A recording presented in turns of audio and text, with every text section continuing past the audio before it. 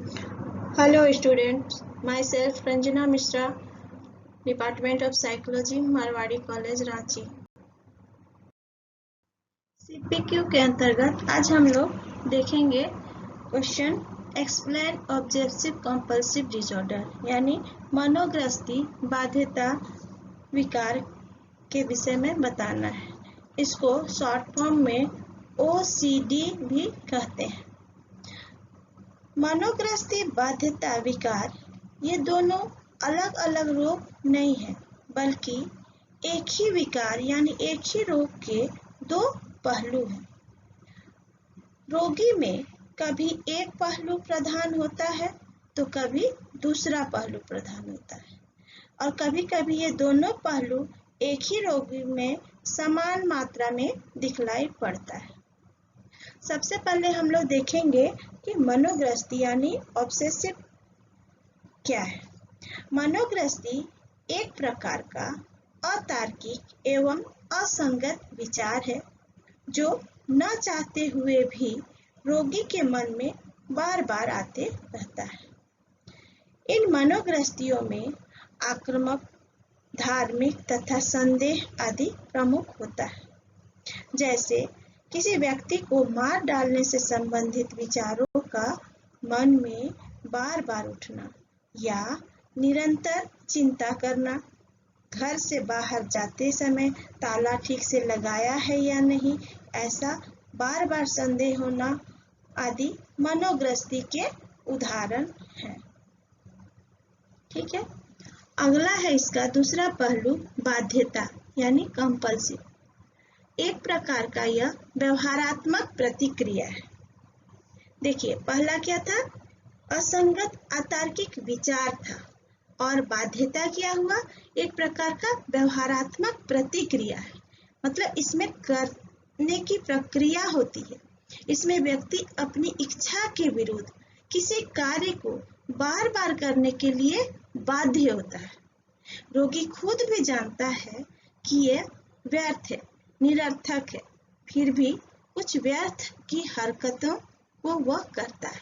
जैसे साफ हाथ को बार बार साबुन से धोना, सड़क पर खड़ा होकर आते जाते गाड़ियों का नंबर नोट करना, ताला ठीक से लगा होने के बाद भी उसे झकझोर कर बार बार देखना, किसी चीज को चुराने की बाध्यता, इसे क्लेप्टोमानिया भी कहते हैं। किसी चीज को चुराने की बाध्यता को क्या कहते हैं? क्लेप्टोमानिया। ये सभी बाध्यता यानी कंपल्सिव का उदाहरण है।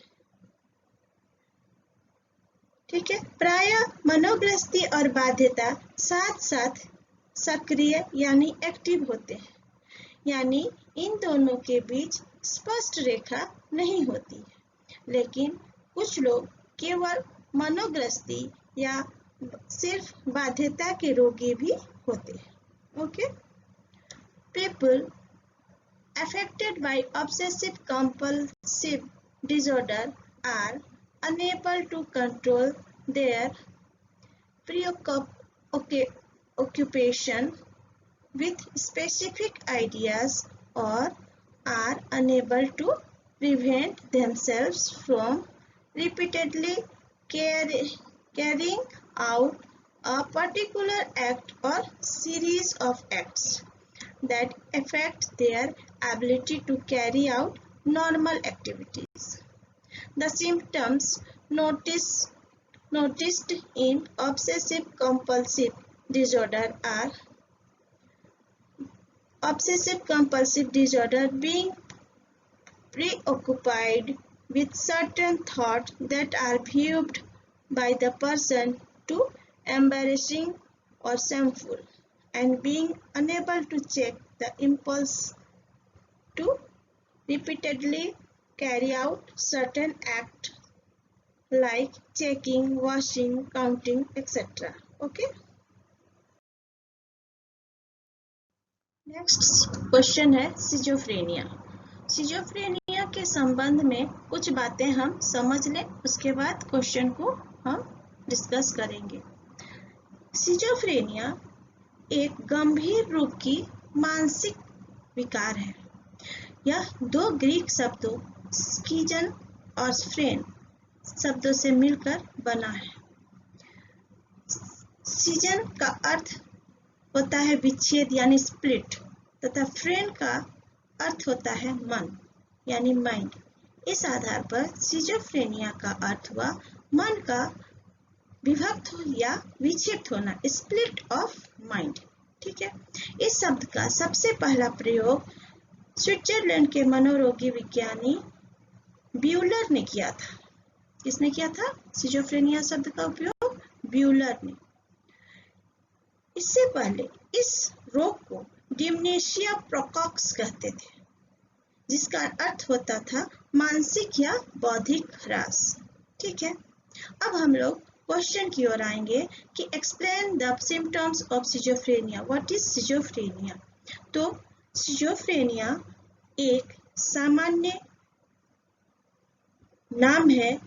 सिजोफ्रेनिया का सामान्य नाम है, हिंदी नाम है मनोविदालिता, जिसके अंतर्गत तीव्र रूप की विकृत मनोदशा या विच्छिन्न विभक्त व्यक्तित्व के रोगी आते हैं। इस विकार के रोगियों का संपूर्ण व्यक्तित्व टुकड़ों में बटा होता है, जिसके कारण इनके व्यक्तित्व बिखर जाते हैं। इनमें संवेग, विचार एवं परसेप्शन यानी प्रत्यक्षीकरण एक समन्वित इकाई के रूप में काम करना बंद कर देता है। इनमें डिल्यूजन यानी व्यामोह और विभ्रम यानी हेलुसिनेशन की प्रधानता हो जाती है, जिसके कारण इनके व्यवहार विचित्र और बेतुके हो जाते हैं। ऐसे रोगी काल्पनिक आवाज सुनते हैं, दूसरों के समझ में न आने वाली भाषा का उच्चारण करते हैं। इनके लिखावट में भी असंगतता तथा वाक्य भी टूटे हुए होते हैं। ब्यूलर के शब्दों में व्यक्तित्व अपना संगठन खो देता है। The personality losses it's unity. ठीक है। तो मनोविदालिता यानी सिजोफ्रेनिया के कुछ लक्षण होते हैं, जिनके द्वारा हम उनका पहचान करते हैं। वह निम्नलिखित है। पहला धनात्मक लक्षण, दूसरा ऋणात्मक लक्षण और तीसरा मनोगतिक लक्षण। तो इसके धनात्मक लक्षण में क्या क्या आएंगे? इस तरह के लक्षण में रोगी सामान्य कार्यों की मनोवैज्ञानिक बहुलता दिखलाता है। ऐसे लक्षणों में व्यामोह, विभ्रम, विघटित चिंतन तथा संभाषण तथा अनुपयुक्त भाव आदि प्रमुख होते हैं। अब इसके ऋणात्मक लक्षण क्या क्या होंगे? इसके ऋणात्मक लक्षण में रोगी अभाव प्रदर्शित करता है, इसलिए इसे अभाव मनोविदालिता भी कहते हैं। ऐसे लक्षणों में संभाषण की कमी होती है, इच्छा शक्ति की क्षुब्धता होती है, विसंगत एवं कुंठित भाव तथा बाह्य जगत के साथ क्षुब्ध संबंध आदि प्रमुख होते हैं। ये अपने में खोए रहते हैं, ये अपने विचारों और कल्पना की दुनिया में खोए रहते हैं। ऐसे रोगियों के चेहरे पर हमेशा सुस्त भाव बना रहता है। इनकी आवाज की तीव्रता इतनी धीमी होती है कि उसे ठीक से सुना नहीं जा सकता है। ऐसे रोगी अन्य लोगों की तुलना में कम क्रोध, उदासी, खुशी या अन्य भाव प्रदर्शित करते हैं। कुछ रोगी कुंठित भाव भी प्रदर्शित करते हैं। ये लोग अन्य लोगों से बातचीत नहीं करना चाहते, क्योंकि इनके विचार विकृत एवं अतार्किक होते हैं। तीसरा मनोगतिक लक्षण। सिजोफ्रेनिया यानी मनोविदालिता के रोगियों में मनोगतिक लक्षण पाए जाते हैं। ऐसे रोगियों के हाव भाव, गति एवं दिशा काफी आश्चर्यजनक एवं हास्यास्पद होता है। कभी कभी यह मनोगतिक लक्षण अपनी चरम सीमा को प्राप्त कर लेता है, जिसे कैटेटोनिया कहा जाता है। इनमें कैटेटोनिया स्ट्रपर, कैटेटोनिक दृढ़ता तथा कैटेटोनिक हाव भाव, कैटेटोनिक उत्तेजना आदि कुछ अधिक सामान्य होते हैं। कैटेटोनिया स्ट्रपर की अवस्था में रोगी की चैतन्यता समाप्त हो जाती है, जिसके कारण वह लंबे समय तक गतिहीन एवं खामोशी की अवस्था में अपने आप को रखता है। और कैटेटोनिक दृढ़ता में रोगी एक ही मुद्रा में घंटों खड़ा रहता है। उसकी शारीरिक पेशीय क्रियाएं बंद हो जाती हैं, धीरे हो जाती हैं, मंद हो जाती हैं। कैटेटोनिक हाव भाव की अवस्था में रोगी अजीब तरह की शारीरिक स्थिति बनाकर, जैसे घंटों एक पैर में खड़ा रहकर एक हाथ ऊपर रखकर उठाकर रखने में सक्षम होता है। इन रोगियों की पेशीय अवस्था इतनी ऐसी हो जाती है कि इनमें मोमीय लचीलापन पाया जाता है। रबड़ की गुड़िया की तरह रोगी के हाथ पांव को किसी भी तरह घुमाया जा सकता है। कैटेटोनिक उत्तेजन में रोगी अत्यधिक क्रियाशील हो जाते हैं। वह धीरे धीरे कमरे का चक्कर लगा सकता है, खुली सड़क पर नंगे होकर चल सकता है। कभी कभी रोगी आक्रामक एवं विध्वंसक भी हो उठता है। इस प्रकार मनोविकलता के रोगियों द्वारा कई तरह के लक्षण प्रस्तुत किए जाते हैं, जिनके आधार पर इनकी पहचान होती है। Explain the symptoms of schizophrenia. Negative symptoms of schizophrenia are pathological deficits and include poverty of speech, blunted and flat affect, loss of volition, and social withdrawal.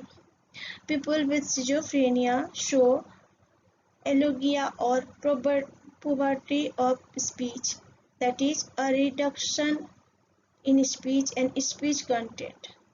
People with schizophrenia show less anger, sadness, joy, and other feelings than most people do. Thus, they have blunted affect. Some show no emotion at all, a condition known as flat affect.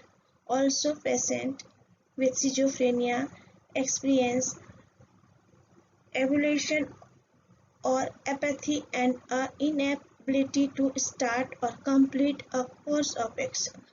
People with the disorder may withdraw socially and become totally focused on their own ideas and fantasies. Okay?